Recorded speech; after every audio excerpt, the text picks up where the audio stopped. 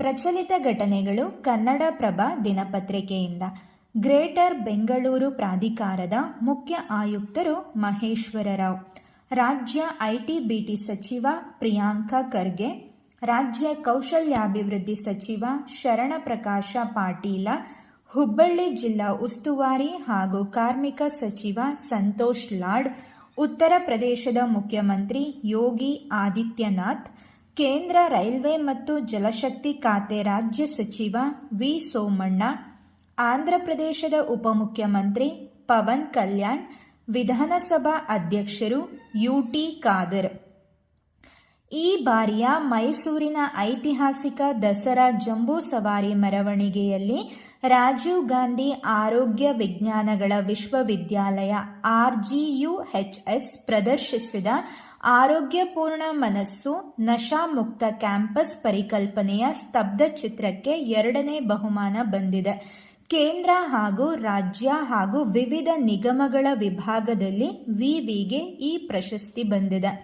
ಕರ್ನಾಟಕದ ಸಾಂಸ್ಕೃತಿಕ ನಾಯಕ ಬಸವಣ್ಣ, ಇಸ್ರೇಲ್ನ ಪ್ರಧಾನಿ ಬೆಂಜಮಿನ್ ನೆತನ್ಯಾಹು, ಚುನಾವಣಾ ಆಯೋಗದ ಮುಖ್ಯ ಆಯುಕ್ತರು ಜ್ಞಾನೇಶ್ ಕುಮಾರ್, ಪಶ್ಚಿಮ ಬಂಗಾಳದ ಮುಖ್ಯಮಂತ್ರಿ ಮಮತಾ ಬ್ಯಾನರ್ಜಿ, ದೇಶದ ವಿವಿಧೆಡೆ 16 ಮಕ್ಕಳ ಸಾವಿಗೆ ಕಾರಣವಾದ ಕೋಲ್ಡ್ರಿಫ್ ಸಿರಪನ್ನು ಮಹಾರಾಷ್ಟ್ರ ಸರ್ಕಾರ ನಿಷೇಧಿಸಿದೆ.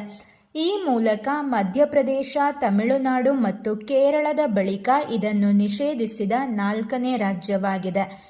SR-13ನೇ ಬ್ಯಾಚ್ನ ಕೋಲ್ಡ್ರಿಫ್ ಮಾರಾಟ, ವಿತರಣೆ, ಸೇವನೆಯನ್ನು ತಕ್ಷಣದಿಂದ ನಿಲ್ಲಿಸಿ ಮಹಾರಾಷ್ಟ್ರದ ಆಹಾರ ಮತ್ತು ಔಷಧ ಆಡಳಿತ ಆದೇಶ ಹೊರಡಿಸಿದೆ.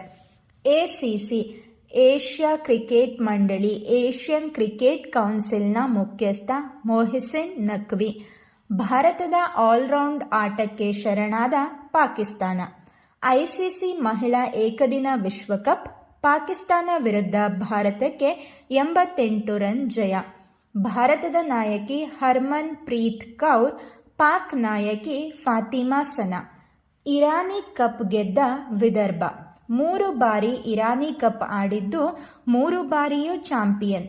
ಶೇಷ ಭಾರತ ವಿರುದ್ಧ 93 ರನ್ಗಳ ಜಯ. ಹಾಲಿ ರಣಜಿ ಚಾಂಪಿಯನ್ ಕೂಡ ವಿದರ್ಭ ತಂಡ. ವಿಶ್ವ ಪ್ಯಾರಾ ಅಥ್ಲೆಟಿಕ್ಸ್ ಚಾಂಪಿಯನ್ಶಿಪ್ನಲ್ಲಿ ಭಾರತಕ್ಕೆ 22 ಪದಕ, 6 ಚಿನ್ನ, 9 ಬೆಳ್ಳಿ, 7 ಕಂಚಿನೊಂದಿಗೆ 10ನೇ ಸ್ಥಾನ. ಕಳೆದ ಆವೃತ್ತಿಯಲ್ಲಿ 17 ಪದಕ ಜಯಿಸಿತ್ತು. ಕ್ರೀಡಾಕೂಟದ ಇತಿಹಾಸದಲ್ಲೇ ಭಾರತ ಈ ಬಾರಿ